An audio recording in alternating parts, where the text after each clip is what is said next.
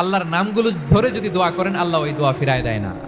আপনি যদি দোয়ার মধ্যে বলেন ইয়া রহমান, সবাই বলেন ইয়া রহমান, ইয়া রহিম, ইয়া হাইয়্যু, ইয়া কাইয়্যুম, আল্লাহর চমৎকার নামগুলো ধরে ধরে যদি আল্লাহর কাছে ফরিয়াদ করেন, আল্লাহর নামগুলো ডাকেন, আপনার দোয়া মুহূর্তেই কবুল করবে কে?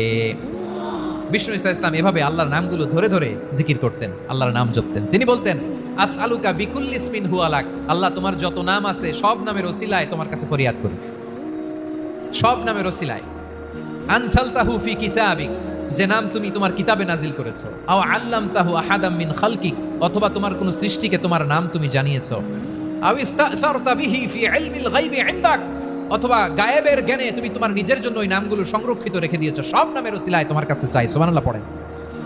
তার মানে আল্লাহ তোমার যে নামগুলো আমরা জানি এগুলার ওসিলায়ও চাই, যে নামগুলো আমরা জানি না সেগুলোর ওসিলায়ও চাই। আল্লাহর সব নাম আল্লাহ আমাদেরকে জানায় নাই, কিছু নাম জানিয়েছেন, কিছু নাম তিনি জানান নাই। সুবহানাল্লাহ বলেন। আল্লাহ তাআলা তার কিছু নাম কোরআনে উল্লেখ করেছেন, কিছু নাম স্পেশাল কিছু নবীদেরকে জানিয়েছেন, আর কাউকে জানান নাই। কিছু নাম তিনি কিয়ামতের দিন আমাদের সামনে প্রকাশ করবেন যে এইটাও আমার একটা নাম, এটা তোমরা কেউ জানতা না। সুবহানাল্লাহ, সারপ্রাইজ হিসেবে আল্লাহ তাআলা রেখে দিয়েছেন, কেউ জানে না। কিয়ামতের দিন আল্লাহ তাআলা সেই নামগুলো জানাবেন। আর কিছু নাম আছে সেই নামগুলো আল্লাহ কোরআনেও বলে নাই, কোনো নবীরাও জানায় নাই, কিয়ামতের দিনও সারপ্রাইজ হিসেবেও জানাবে না। ওই নামগুলো স্বয়ং খোদ আল্লাহ ছাড়া কেউ জানে না। এজন্য বিশ্বনবী দোয়ার সময় বলতেন আল্লাহ তোমার যে নামগুলো জানি, যে নামগুলো জানি না, সব নামের বরকতে তোমার দরবারে চাই, সব নামের ওসিলায় তোমার কাছে ফরিয়াদ করি। সুবহানাল্লাহ বলেন।